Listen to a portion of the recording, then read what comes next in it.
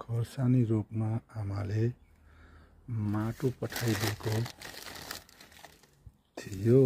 तिमी गएको विदेशमा माटो राम्रो छैन, नेपाली माटो नबिर्स है भनेर खोर्सानी रोप्न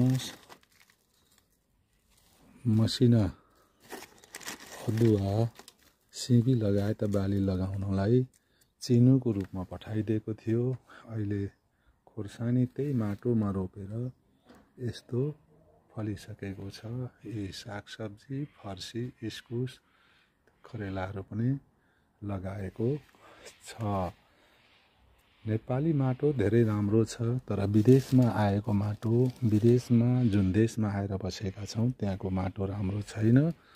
त्यसकारण गरी खाऊ, नेपाललाई नबिर्स, फेरि फर्केर आऊ है भनेर आमाले चिनुको रूपमा पठाइदिएको छ। यसैमा रमाउँदै नेपाल सम्झेर हामी विदेशमा बसिरहेका छौँ।